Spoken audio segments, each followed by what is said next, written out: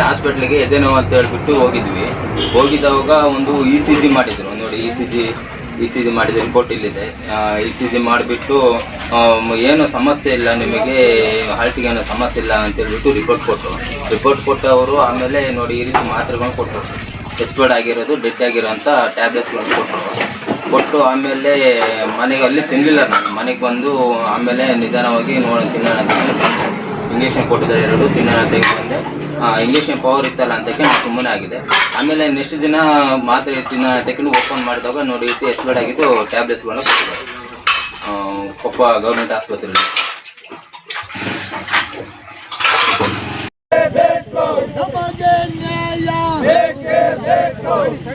ಆದೇಶವನ್ನು ಉಲ್ಲಂಘನೆ ಮಾಡುತ್ತಿರುವ ಜನಪ್ರತಿನಿಧಿಗೆ,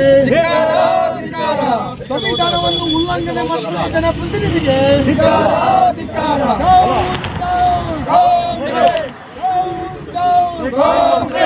ನಮಗೆ ನ್ಯಾಯ,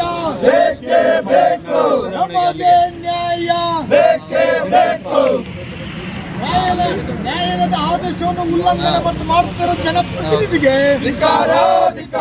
ದಬ್ಬಾಳಿಕೆಯನ್ನು ನಡೆಸುತ್ತಿರುವ ಜನಪ್ರತಿನಿಧಿಗೆ. ವಿಡಿಯೋ ನೋಡಿದ್ದಕ್ಕೆ ಧನ್ಯವಾದಗಳು. ಮುಂದಿನ ವಿಡಿಯೋದಲ್ಲಿ ಸಿಗೋಣ. ಕ್ಷಣ ಕ್ಷಣದ ಸುದ್ದಿಗಾಗಿ ವೀಕ್ಷಿಸಿ ನ್ಯೂಸ್ ಕರ್ನಾಟಕ, ಸದಾ ನಿಮ್ಮ ಜೊತೆ.